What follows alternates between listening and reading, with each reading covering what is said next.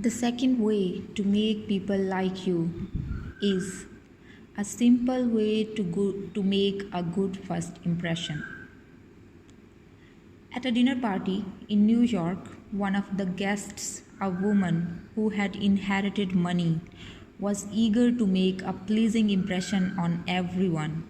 She had squandered she has squandered a modest fortune on sables, diamonds, and pearls, but she hadn't done anything whatever about her face.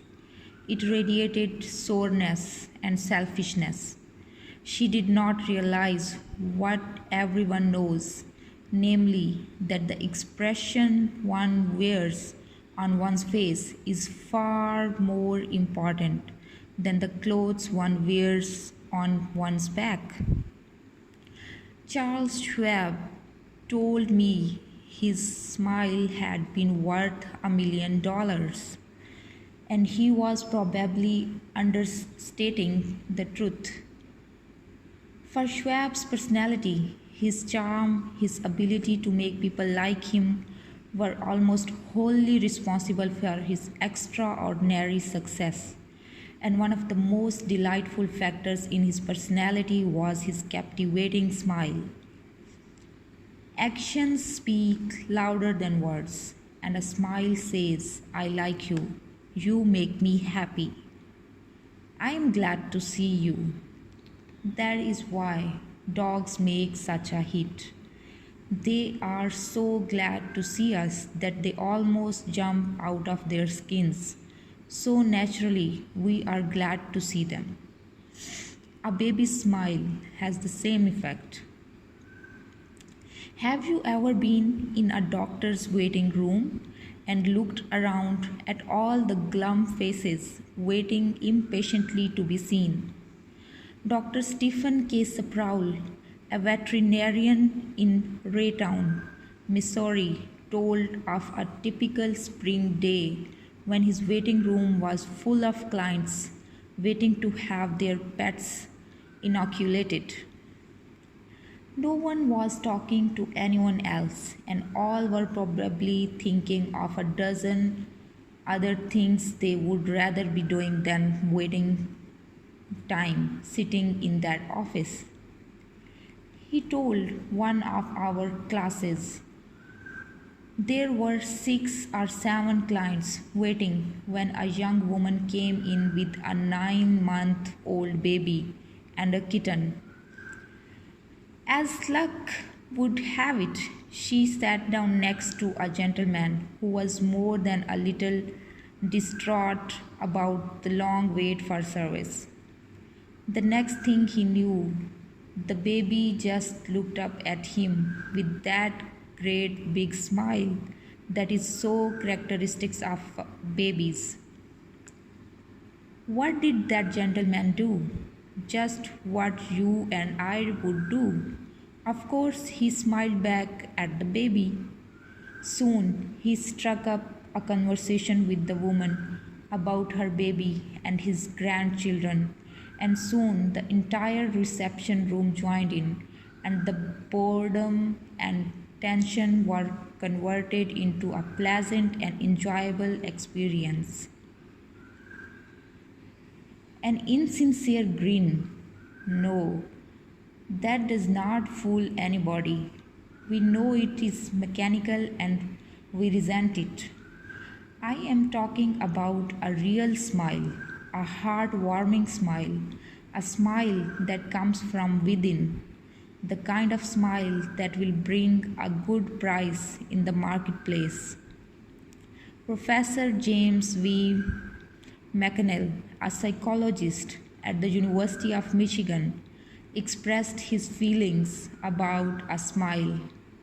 People who smile, he said, tend to manage, teach, and sell more effectively and to raise happier children. There is far more information in a smile than a frown. That is why encouragement is a much more effective teaching device than punishment. The employment manager of a large New York department store told me she would rather hire a sales clerk who had not finished grade school if he or she has a pleasant smile than to hire a doctor of philosophy with a somber face. The effect of a smile is powerful, even when it is unseen. Telephone companies throughout the United States have a program called Phone Power, which is offered to employees who use the telephones for selling their services or products.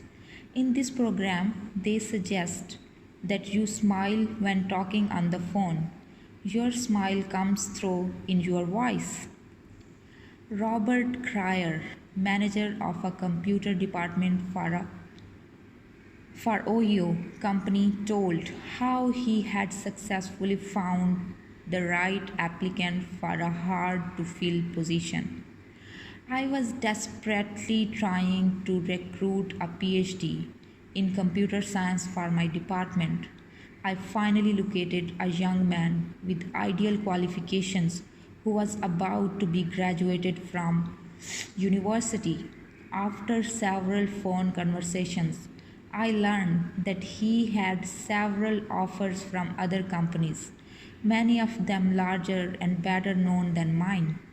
I was delighted when he accepted my offer.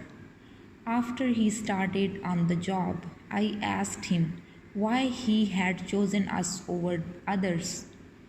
He paused for a moment and then he said, I think it was because managers in the other companies spoke on the phone in a cold, business-like manner, which made me feel like just another business transaction. Your voice sounded as if you were glad to hear from me, that you really wanted me to be part of your organization. You can be assured I am still answering my phone with a smile. The chairman of the board of directors of one of the largest rubber companies in United States told me that, according to his observations, people rarely succeed at anything unless they have fun doing it. This industrial leader does not put much faith in the old adage that hard work alone is the magic key that will unlock the doors to our desires. I have known people, he said, who succeeded because they had a rip roaring good time conducting their business. Later, I saw those people change as the fun became work. The business had grown dull, they lost all joy in it, and they failed. You must have a good time meeting people if you expect them to have a good time meeting you. I have asked thousands of business people to smile at someone every hour of the day for a week and then come to class and talk about the results. How did it work? Let us see. Here is a letter from William B. Stanhart, a New York stockbroker. His case is not isolated. In fact, it is typical of hundreds of cases. I have been married for over 18 years, wrote Mr. Stanhart, and in all that time I seldom smiled at my wife or spoke 24 words to her from the time I got up until I was ready to leave for business.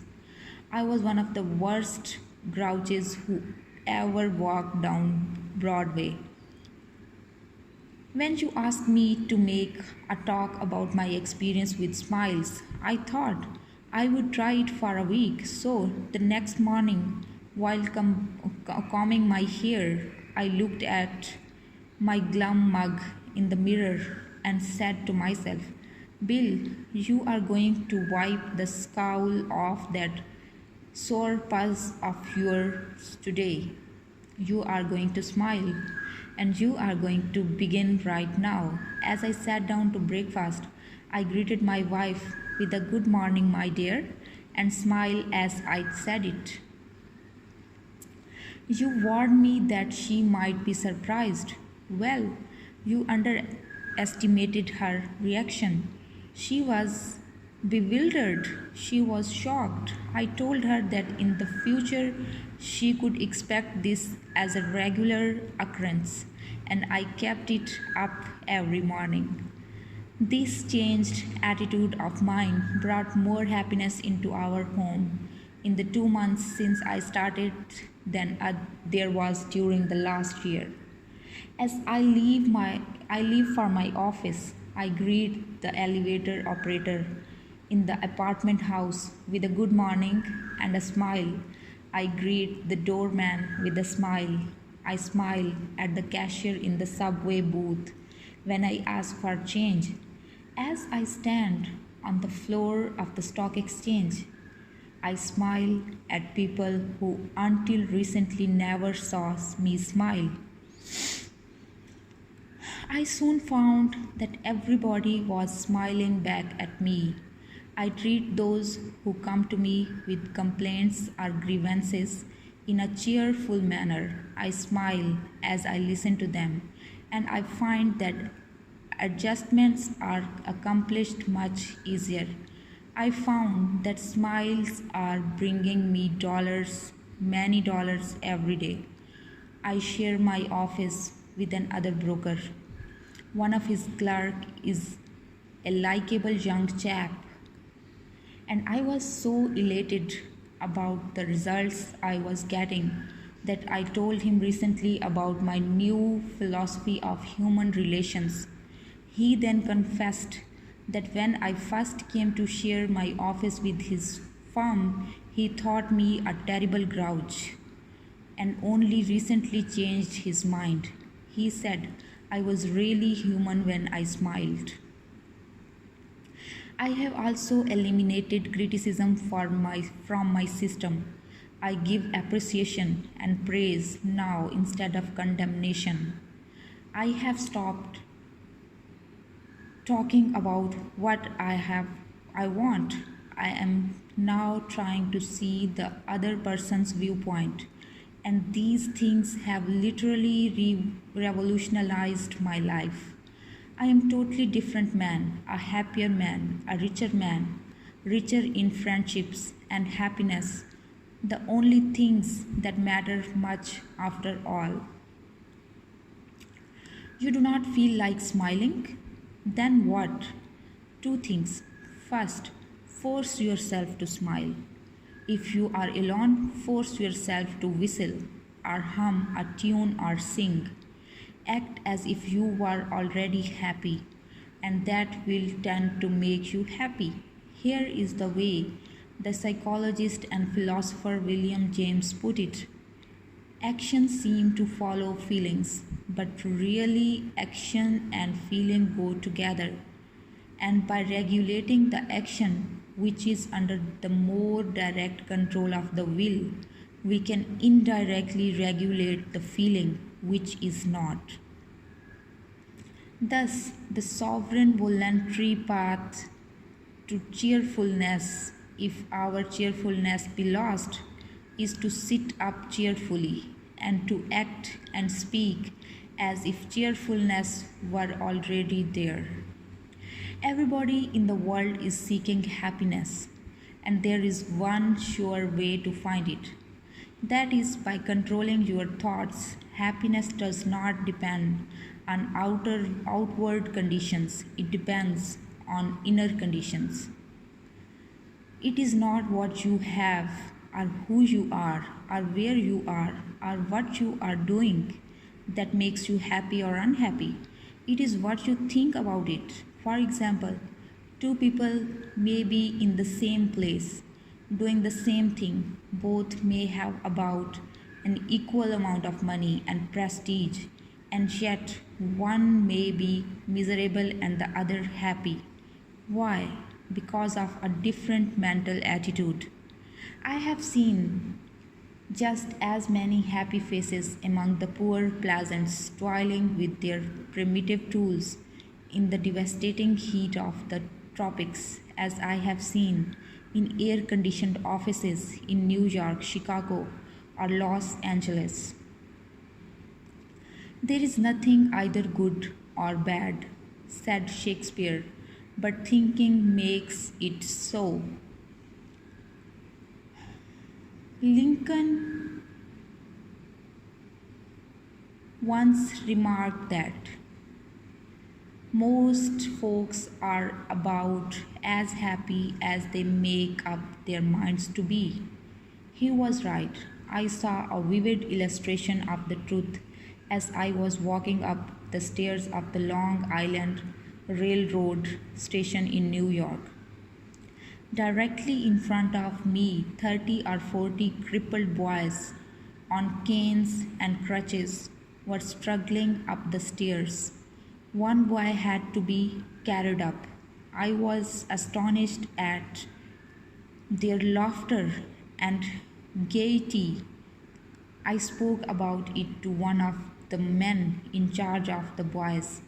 Oh, yes, he said, when a boy realizes that he is going to be a cripple for life, he is shocked at first.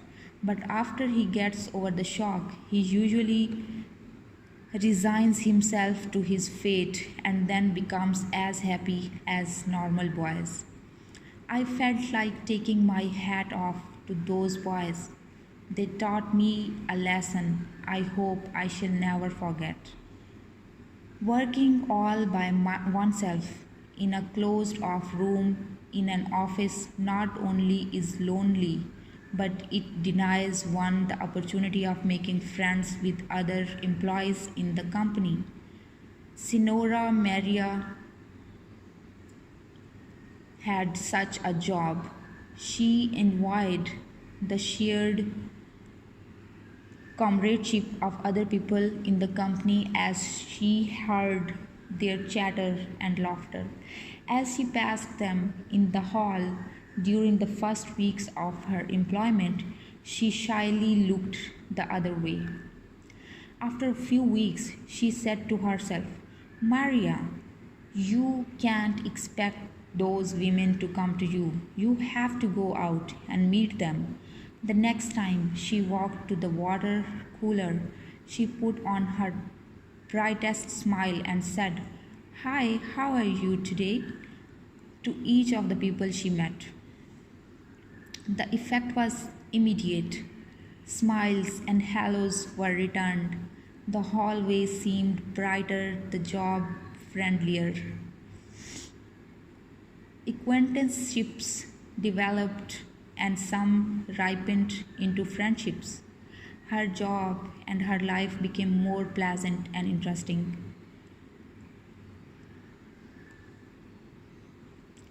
And Albert Hubbard, but remember pursuing it, won't do you any good won't do you any good unless you apply it.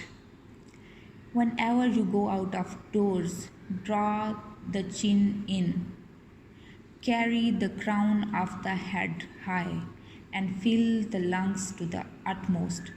Drink in the sunshine, greet your friends with smile, and put soul into every hand's clap. Do not fear being misunderstood, and do not waste a minute thinking about your enemies. Try to fix firmly in your mind what you would like to do, and then, without veering off direction, you will move straight to the goal. Keep your mind on the great and splendid things you would like to do, and then, as the days go gliding away, you will find yourself unconsciously seizing upon the opportunities that are required for the fulfillment of your desire, just as the coral insect takes from the running tide the element it needs. Picture in your mind the able, earnest, useful person you desire to be, and the thought you hold is hourly transforming you into the particular individual. Thought is supreme. Thought is supreme. Preserve a right mental attitude, the attitude of courage, frankness, and good cheer. To think rightly is to create. All things come through desire, and every sincere prayer is answered. We become like that on which our hearts are fixed.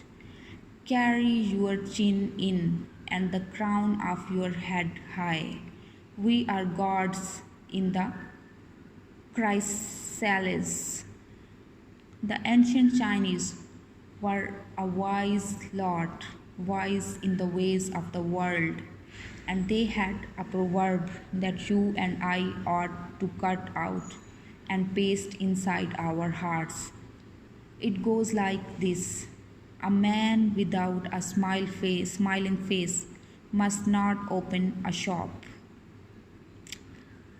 A man without a smiling face must not open a shop. So, your smile is a messenger of your goodwill. Your smile brightens the lives of all who see it. To someone who has seen a dozen people frown, scowl, or turn their faces away, your smile is like the sun breaking through the clouds, especially when that someone is under pressure from his bosses, his customers, his teachers, parents, or children. A smile can help him realize that all is not hopeless, that there is a joy in the world. Some years ago, a department store in New York City, in recognition of the pressures its sales clerk were under during the Christmas rush, presented the readers of its advertisement with the following homely philosophy: the value of a smile at Christmas. It costs nothing but creates much. It enriches those who receive without impoverishing those who give. It happens in a flash, and the memory of it sometimes lasts forever. None are so rich they can get along without it, and none so poor but are richer for its benefits. It creates happiness in the home, fosters goodwill in a business, and is the countersign of friends. It is the rest to the weary, daylight to the discouraged, sunshine to the sad, and nature's best antidote for trouble. Yet it cannot be bought, begged, borrowed, or stolen, for it is something that is no earthly good to anybody till it is given away. And if in the last minute rush of Christmas buying some of our salespeople should be too tired to give you a smile, may we ask you to leave one of yours? For nobody needs a smile so much as those who have none left to give. So, principle 2 was to smile